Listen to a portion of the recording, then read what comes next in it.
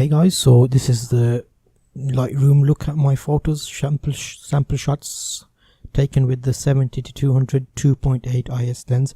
And you can see here from this description and the metadata, the majority of my photos are taken with the 70-200, especially for fashion shows, and it's mainly on the 550D Canon body because I've got the grip on there, so I can switch between the portrait and landscape. And you can see the volume there for 200mm. They mostly are taken at 200. So here's a few shots of the fashion catwalk itself, and you can see there's different types of shots here. I've taken a selection just to give you an idea of the types of photos you can achieve with this. So it's known for having tack sharp images, and these are all unedited raw images here, just to give you an idea how it comes out the camera. And I just do a bit of editing afterwards just to adjust the contrast. And this one, I think I'd adjusted that just to bring out some detail, because these are used on social media, so you want to give it a little bit of a boost in terms of color and extra crispness, sharpness, which is already quite good, but you give it a little bit of a tinker on that.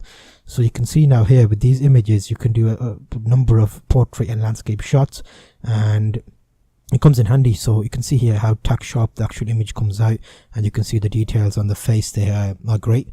So with this lens you will see this, the one I've got is the actual first version. There have been version 2 and a version 3 recently in this year. I think August they released version 3. But what you will find is, if you're a tech geek, you want to get the latest gear, go ahead, but there's not a massive difference apart from a few tinkering updates they've done in the new version.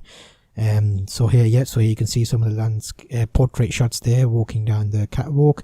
A number of these are all Asian catwalk photos that I've taken the samples of. I've got some others, but I can't show you those. There's a bit of a they have to have a release date, and obviously the designers have a date they want to put the images out for, so I can't put them on YouTube until they've put them out on their social media first. Again, here you can see this nice shot here. This is of jewelry collection. So what you will also need to do is get good product images of the catwalk. This is easily about 8-9 feet away, no, probably longer than that. I think it's about 2.5 meters away from that shot I took, and you can see how nicely at 200mm you could still see the detail in her jewelry. Again, here with this guy, this chap's come out with some details there. So obviously he's got a lot of accessories on him, and in the catwalks you have a number of people there, obviously the makeup artists, the designers, and then you've got jewelry and accessories as well. So you want to make sure you capture all of that for the show, because obviously they're there to sell their product and showcase it to the public. Again, here there's another one. You can see these garments are all a mixture of designers, but the 70-200 kind of comes into its own in this type of environment. You can easily get the long shots in, and you can see there, look at that detail, tack sharp. That's as it's come out of the camera. I'm shooting a lot of these on the 5D Mark II and the 550. Here's some from Ooz's Couture fashion blog, and these are lookbooks. So you can see here again, these are outdoor shots, and it kind of speaks for itself there. You can see it's taking images there just to kind of work out what is used for their blog and what isn't.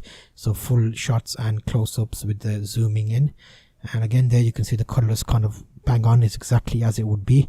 And these are edited again, unedited images from the camera. I think this one is a 5D Mark II 70-200. I'm just looking at the information there, but yeah, again there you can see you can crop these in if you wanted to, and have some text on the left hand side, because obviously the blog want to put some advertisements.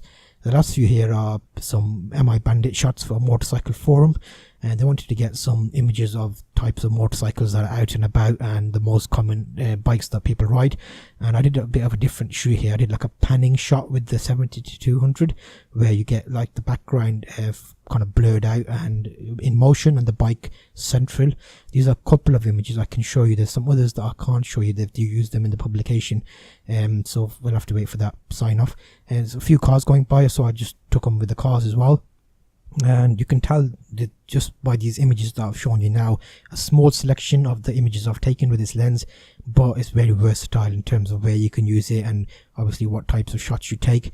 Again, here this is a motorcycle show, I think it's NEC, some few shots of that. And this one is the zombie apocalypse kind of day that they had for the Photographic Society, and I've taken some photos of these guys with my 50mm. You can see that in the sample there, but these are the 100mm 70-200 lens. Again, obviously here you can see that's the American football for Photographic Society that I took some photos of there. So again, you can use it for versatile types of shoots. Here's a performance at Cannon Hill Park, and these are all singers for BPYC and the Big John's Mela. some last few images here just to kind of round off what I've got. Some landscape type shots at Edgbaston Reservoir.